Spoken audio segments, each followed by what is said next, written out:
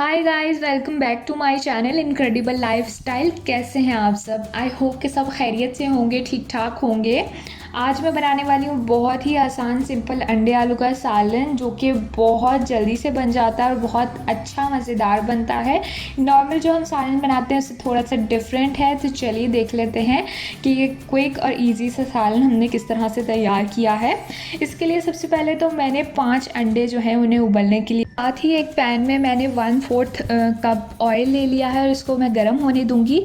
जैसे ही ऑयल गर्म हो जाए, इसमें मैंने 2 दरमियाने साइज़ की बारीक कटी हुई प्याज हैं, इनको डाल दिया है और इसको मैं अच्छी तरह से लाइट ब्राउन कलर आने तक पकाऊंगी। जैसे ही प्याज़ों पर लाइट ब्राउन कलर आ जाए, अब मैंने इसके अंदर 1 खाने का चम्मच लहसुन का पेस्ट और 1 खाने का चम्मच ही अदरक का पेस्ट डाला है और दोनों चीज़ों को डालकर मैं अच्छी तरह से प्याज़ों के साथ पका लूँगी। लहसुन अदरक के साथ 1 से 1.5 मिनट पका लेने के बाद यहाँ पर आपको महसूस होगा कि मसाला जो है वो नीचे लगना शुरू हो गया। तो मैंने इसके अंदर बिल्कुल थोड़ा सा 1 घूंट के करीब पानी डाला है, जिसकी वजह से मसाला जो है वो नीचे ना लगे। और पानी डालने के साथ ही मैं इसके अंदर एक दरमियाने साइज़ की टमाटर थी, उसको मैंने इस तरह से चॉप किया था, वो मैंने इसमें डाल दिया और साथ ही 1 खाने का चम्मच टमाटर की पेस्ट डाली है। टमाटर का पेस्ट डालने से ये होगा कि कलर इसका बहुत अच्छा आ जाता है। और अगर आपके पास है तो आप इसको डाल लीजिए, अगर आपके पास नहीं है तो आप इसे स्किप भी कर सकते हैं, सिर्फ टमाटर से भी काम हो जाएगा। अब मैंने इस मसाले को इतनी देर तक भून लेना है जितनी में प्याज और टमाटर दोनों जो हैं वो बहुत अच्छी तरह से सॉफ्ट हो जाएं। और थोड़ी देर इस तरह से पका लेने के बाद यहाँ पर आप देख सकते हैं मसाला कितना सॉफ्ट हो गया है, टमाटर भी और प्याज भी। अब मैंने इसमें 1.5 चाय की चम्मच नमक लिया है और 1 चाय की चम्मच मैंने इसमें लाल मिर्च पाउडर लिया है, आधी चाय की चम्मच हल्दी है, 1 चाय की चम्मच सूखा धनिया मैंने इसमें डाला है पिसा हुआ। नमक और मिर्च आप अपने टेस्ट के हिसाब से कम या ज़्यादा कर सकते हैं। अब हमने इस सारी चीज़ों को इतनी देर तक पकाना है जब तक कि अच्छे से मसाला भुन जाए, तेल सेपरेट होना शुरू हो जाए। जब हमें ये महसूस हो कि मसाला नीचे लगना शुरू हो रहा है, तो अब हम इससे साथ साथ जो है 1-1 टेबल स्पून के करीब पानी डालते जाएंगे और इसे पकाते जाएंगे। और हमने इसी तरह ही इसको पकाते जाना है जब तक कि इस मसाला जो है वो बिल्कुल स्मूथ हो जाए। हमें इस तरह का चाहिए कि टमाटर और प्याज जो हैं वो अंदर बिल्कुल सॉफ्ट हो चुके हों, कोई भी ऐसे टुकड़ा सा उसमें नज़र ना आए। यहाँ पर आप देख लीजिए मसाला अच्छी तरह से भुन गया है, तेल भी छोड़ दिया है इसने।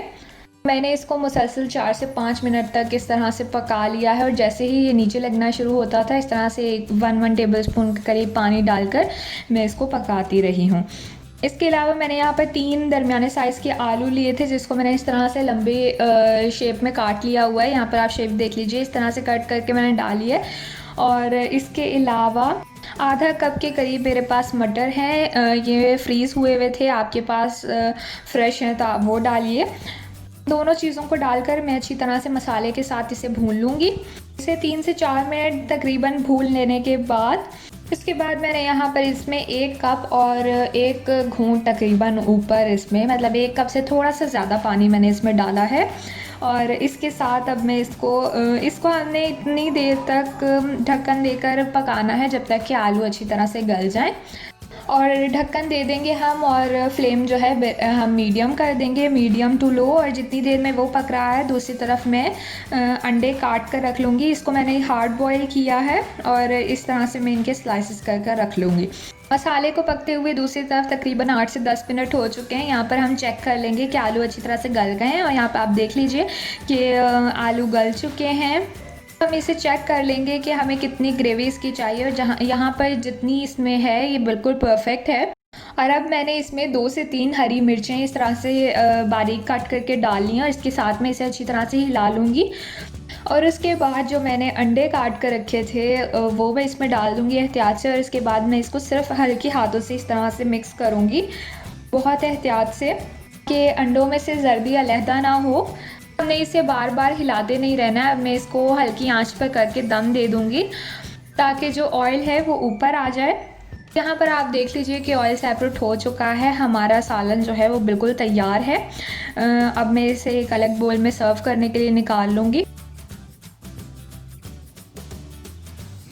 फ्रेश कोरिएंडर के साथ इसे गार्निश किया है। बहुत ही अच्छा तैयार हुआ है, बहुत जल्दी। कितना आपने आसान है देख ही लिया है। ज़रूर इसे ट्राई कीजिए और फिर हमें कमेंट करके बताइए कि आपका कैसा बना है। वीडियो पसंद आई हो तो लाइक, शेयर एंड चैनल को सब्सक्राइब ज़रूर कीजिएगा। मिलते हैं आपसे नेक्स्ट वीडियो में। Guys till then bye bye.